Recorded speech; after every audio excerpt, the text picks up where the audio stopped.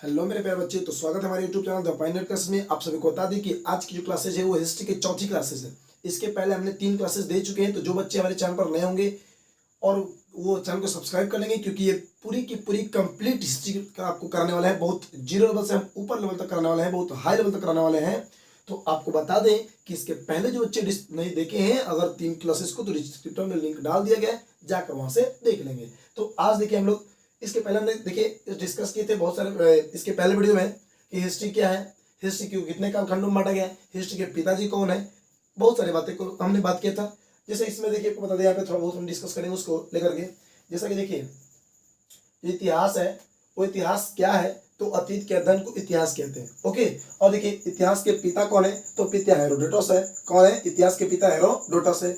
और इतिहास को 3 कालखंडों में बांटा गया। कितने कालखंडों में? 3 कालखंडों में बांटा गया है। एक आपका प्राग ऐतिहासिक, एक आपका आधे ऐतिहासिक, और तीसरा जो आपका ऐतिहासिक है। ये दोनों तो पीरियड आपका छोटा छोटा है। ये काल जो है, वो समय जो है, ये पीरियड जो है वो छोटे छोटे हैं, लेकिन सबसे लंबा जो भाग है वो ऐतिहासिक है। सबसे लंबा जो चलेगा काल वो कौन चलेगा? ऐतिहासिक कालखंड चलेगा। ओके, तो देखिए हमने जिस वीडियो में ये भी डिस्कस किया है कि प्राग ऐतिहासिक के बारे में बहुत सारी बातें हमने किया है, और साथ ही साथ हमने ये बताया कि प्राग ऐतिहासिक काल को भी 4 खंडों में बांट दिया गया है। कितने कालखंडों में? 4 कालखंडों में। जैसा कि आपको दिखा दे हम यहाँ पे पूरा पाषाण काल, मध्य पाषाण काल और नव पाषाण काल तथा चौथा वाला क्या हो गया? ताम्र पाषाण काल। जो हमारा 4 कालखंड में प्रागैतिहासिक को बांटा गया है। पहला है पुरा पाषाण काल, दूसरा मध्य पाषाण काल, तीसरा नव पाषाण काल और चौथा ताम्र पाषाण काल। तो इसके पिछले वीडियो में हमने पुरा पाषाण काल और मध्य पाषाण काल के बारे में हमने पढ़ा था। तो आज हम लोग डिस्कस करने वाले हैं वो तीसरा पार्ट है, जिसका नाम है नव पाषाण काल। ओके, तो चलिए हम लोग देखेंगे नव पाषाण काल क्या है, कैसे नाम पड़ा, क्या चीज है। ओके, और किसने दिया, कब दिया। देखिए, तो नव पाषाण काल को आपको बता दें कि उत्तर पाषाण काल के नाम से भी जानते हैं। इस समय को, इतिहास के इस समय को हम लोग नव पाषाण काल को उत्तर पाषाण काल के भी नाम से जानते हैं। तो आपको बता दें यहाँ पे कि यह जो समय चला था, यह 10,000 ईसा पूर्व से 3,000 ईसा पूर्व तक समय चला था। मतलब ईसा मसीह के 10,000 साल पहले से लेकर के 3,000 साल इस तक ये वाला जो नव पाषाण काल था, ये हिस्ट्री का नव पाषाण काल पीरियड जो था वो चला था। क्लियर? ओके, चलिए सर आगे हम लोग देखेंगे अगला क्या कह रहे इसमें कि इस काल के बारे में सर्वप्रथम जानकारी सर जॉन लुबाक ने 1865 में दिया। तो एक इतिहासकार थे जिनका नाम था सर जॉन लुबाक। उनका नाम क्या था? देखिए, सर जॉन लुबाक। इन्होंने ही 1865 ईस्वी में इस नव पाषाण काल के बारे में हम सभी को जानकारियां दी थे कि देखिए नव पाषाण काल ये है, वो है, इस तरीके से। कब दिए थे? 1865 में दिए थे। कौन दिए थे? सर जॉन लुबाक दिए थे। क्लियर हो गया? अगला देखिए क्या कह रहा है।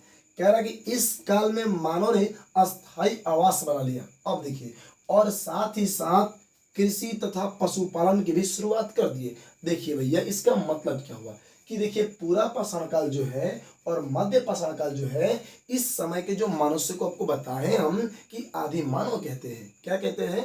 कहते आदि मानव कहते हैं। तो आदि मानव ये उस समय घुमंतु हुआ करते थे। अब घुमंतु का मतलब क्या हो गया? घुमंतु का मतलब ये कि एक जंगल से दूसरे जंगल में, दूसरे जंगल से तीसरे जंगल में, तीसरे जंगल से चौथे जंगल में, मतलब एक जगह उनका कोई अस्थायी निवास नहीं था। वो भोजन की तलाश में शिकार करने के लिए जंगलों में, एक जंगल से दूसरे जंगल में गमन करते रहते थे। क्लियर? इसीलिए उनको बोल दिया गया क्या कि आदि मानव घुमंतु हुआ करते थे। सिंपल सा बात समझिएगा जरा सा। यहाँ पे मान लीजिए ये जंगल है, ये जंगल है, ये जंगल है, इस तरीके से जंगल ही जंगल लगे हुए हैं। तो अगर यहाँ पर ये आदि मानव हमारे पूर्वज होंगे, पूरे इंसान के पूर्वज पहले आदि मानव थे, वो होंगे, तो आपको बता दें कि यहाँ पे आखिर वो खाते क्या होंगे? आज की जो भोजन है हमारे यहाँ वो क्या है? पूरी, चावल, दाल, मोमो, पिज्जा, बर्गर, है ना जी। लेकिन उस समय इतना सारा उन लोगों के पास ज्ञान नहीं था। ओके, तो अब देखिए वो लोग कंद मूल, फल फूल, जानवर के मीट मांस ये भी यही खाते थे। तो सिंपल सा सोचने वाली बात है कि ये एक छोटे से बगीचा है और यहाँ के कंदमूल खा पी के हमने खत्म कर दिया, तो इसके बाद कहीं ना कहीं दूसरे जंगल में हमको पलायन करना पड़ेगा, दूसरे कहीं ना कहीं जंगल में हमको जाना पड़ेगा। तो यहाँ भी गए, यहाँ खत्म हो गया, यहाँ गए, यहाँ खत्म हुए, यहाँ गए, तो इसका मतलब ये कि वो भोजन की तलाश में शिकार करने के लिए एक जंगल से दूसरे जंगल में जाया करते थे। इसलिए पूरा पाषाणकाल और मध्य पाषाणकाल के लोगों को या आदि मानव को हम लोग घुमंतु भी कहते हैं। क्लियर हुआ? अब चलिए कह रहा भैया आखिर इसमें कह रहा कि जैसे ही नवपाषाण काल में उन्होंने आया तो अपने आप को स्थिर कर लिए, अपने आप को स्थिर कर लिए। स्थिर करने का मतलब ये हुआ कि अपना अस्थाई आवास बना लिए, अपना अस्थाई घर द्वार बना लिए। अब की बॉय ओहू जमानों में का टाइल्स मार्बल चल रहा था जी? ऐसा कुछ नहीं है, ऐसा कुछ नहीं है। वो भले ही झोपड़ी में ही रहा करते थे लेकिन एक ही जगह रहा करते थे। ऐसा नहीं रहा था, ऐसा नहीं हो रहा था कि भैया वहां उस जंगल से उस जंगल में, उस जंगल से उस जंगल में चलिए, ऐसे कुछ कहानियां नहीं होती है। कब? तो नवपाषाण काल में। और घुमंतु कब थे? तो पूरा पाषाण और मध्य पाषाण काल में। आगे देखिएगा तो भैया उन्होंने सबसे सोचने वाली बात है कि इसके पहले उन्होंने एक जगह से दूसरी जगह, दूसरे से तीसरे, तीसरे से चौथे, इस तरीके से घुमंतु थे, घुमा करते थे। लेकिन अगर बात किया जाएगा, समझिएगा भैया आखिर वो अस्थाई कैसे बन गए, उनके मन में ये विचार कैसे है कि भैया हम लोग को एक जगह रहना चाहिए, अस्थाई अपना झोपड़ी आवास घर द्वार बनना चाहिए। आखिर ये बात उनके खोपड़ा में आया कैसे? ओके, तो ऐसा समझिएगा। कह रहा आगे देखिए, और साथ ही साथ कृषि तथा पशुपालन का भी शुरुआत किया। मतलब यही तो मेन है, मनुष्य को अस्थाई करने के लिए यही तो मेन है। मतलब कहिए कि हमको नहीं समझ में आया, अभी हम आपको समझा रहे हैं। देखिए कृषि मतलब खेती बाड़ी करना। मनुष्य जो है सबसे पहले कृषि के कार्य सुलेमान और किरथर की पहाड़ियां दो गो है जो अभी पाकिस्तान में है, और उन्हीं पहाड़ियों के बीच में खेती किया गया, जिसमें गेहूं और जौ दो फसल का उगाया गया था। तो ये क्वेश्चन आपसे पूछे कि मनुष्य द्वारा उगाया जाने वाला सबसे पहला फसल कौन है? तो गेहूं और जौ है। और भी इस तरीके से क्वेश्चन आएंगे कि आखिर भैया पहला मनुष्य ने पहली बार गेहूं और जौ की कहाँ शुरुआत किए थे, कहाँ खेती किए थे, कहाँ फसल उगाए थे? तो पाकिस्तान में एक जगह है सुलेमान और किरथर, उन्हीं पहाड़ियों के बीच में मनुष्य ने सबसे पहले कृषि का कार्य संपन्न किया था। क्लियर? अब देखिए पशुपालन। पशुपालन का मतलब कि जो जंगली जानवर थे, जो जंगली कुत्ते, बैल, भेड़, बकरी, शेर जो भी थे, इनको लोगों ने क्या किया? अपना कैद करना शुरू किया, अपने चुंगल में रखना शुरू किया, मतलब इसको पालतू बनाना शुरू किए। तो आपको पता है बउआ हमारे कि जब भी आप अपने घर पे जाइएगा तो दो चार कुत्ते तो जरूर दिखेगा नहीं। हालांकि एक बात बता दें कि आजकल मौसम चल रहा है पीला पीली के, इसीलिए भैया मत दीजिएगा। मतलब ये कि कुत्ते के आजकल थोड़े से दिमाग इधर उधर रह रहे हैं, तो इसलिए हम कहेंगे कि उन लोगों को डिस्टर्ब ना कीजिए, क्योंकि बहुत दिक्कत कर सकते हैं आपको। अब समझिएगा मेरी बातों को। तो पशुपालन का मतलब आखिर कुत्ते की बात हमने क्यों यहाँ पे लाया? तो इसलिए हमने ये लाया कि मनुष्य ने जब जानवरों को पालतू बनना शुरू किए तो सबसे पहला जानवर था कुत्ता। कौन था? हमारा कुत्ता। अभी भी देखिए सबसे ज्यादा चमचा करने वाला जानवर कुत्ता ही तो है ना, चमचागिरी करता है। जब आप कभी बोलेगा तब 5 वजह से एकदम जैसे पूंछ हिलाते हिलाते क्या करेगा, आपके सामने आ जाएगा। तो सबसे पहले मनुष्य द्वारा पालतू बनाया गया जानवर कौन है? तो कुत्ता है। और मनुष्य द्वारा खेती किए गए या उगाने वाले पहले फसल कौन है? तो जौ और गेहूं। कहाँ उगाया गया? तो सुलेमान और किरथर पहाड़ियों के बीच में।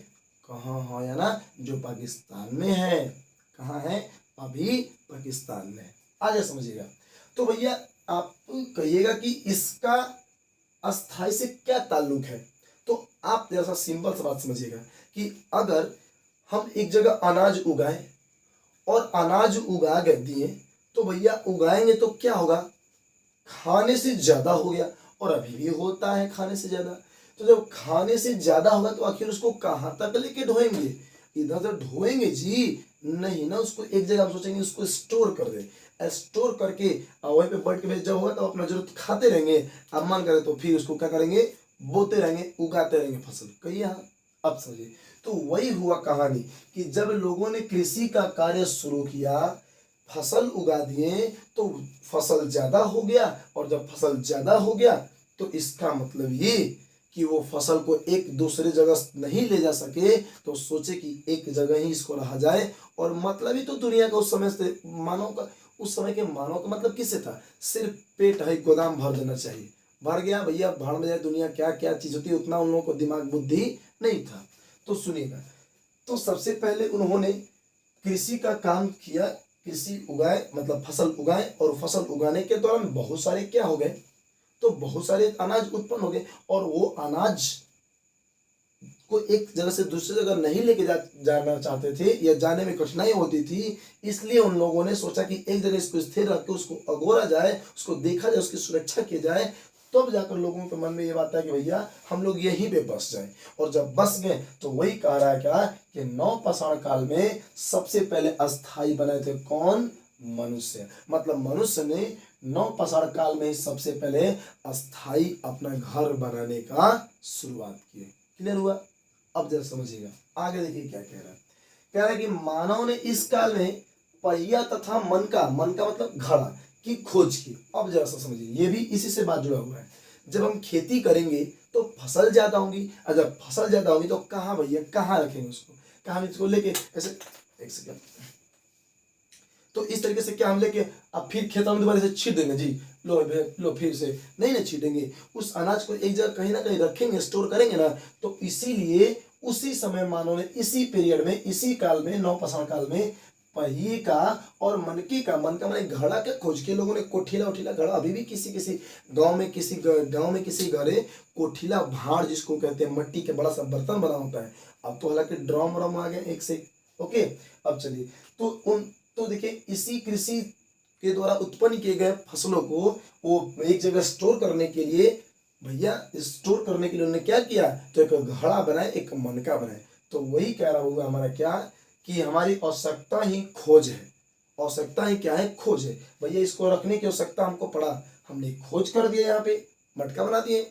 अब चलिए, तो भैया पहिया की किस काम, पहिया की क्यों बनाया गया, पहिया का क्यों खोज किया गया, तो सिंपल बात कि यहाँ खेती होगी तो यहाँ से अनाज को यहाँ ढोके लाते हैं ना जी, तो कुत्तों में पहिए लगा दिए जाते थे, और उस तरह से उस पर रख दिए जाते थे, और रख करके एक जगह से दूसरी जगह अनाज को ले जाते थे। क्लियर? अब चलिए जरा सा, अभी भी हमारे यहाँ होता है कि खेत में सब चीज होगा, फसल और उसको टांग के घर पे लाना पड़ता है किसी न किसी वाहन के माध्यम से।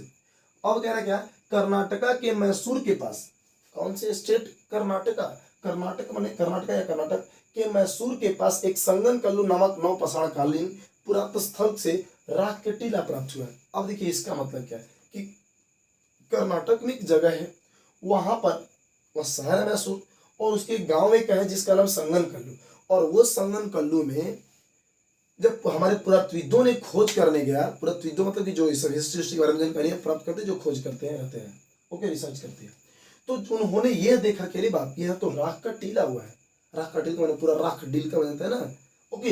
तो वही कह रहा कि राख के टीला प्राप्त हुए कहाँ भैया, तो कर्नाटक के मैसूर के पास संगन कल्लू नामक गांव में। क्लियर? अब चलिए, कह रहा क्या लास्ट टॉपिक, कि पशुपालन का साक्ष्य भारत में आजमगढ़ मतलब एमपी और राजस्थान से मिला। तो पशुपालन का मतलब ये कि पशु को लोगों ने, जानवरों को उन्होंने पालतू बनाना शुरू किए, तो इसका साक्ष्य जो मिला है वो भारत में आजमगढ़ तथा ये एमपी में, मध्य प्रदेश में, और राजस्थान के बगौर जिले से ये बातें प्राप्त हुई हैं। इतनी सारी चीजें आपको समझ में आया क्या? ओके, तो इसमें कुछ नोट पॉइंट है, उसको पढ़ना हमारे लिए बेहद जरूरी है, बेहद जरूरी है, इसलिए हम लोग चलेंगे अब नोट की तरफ। क्लियर?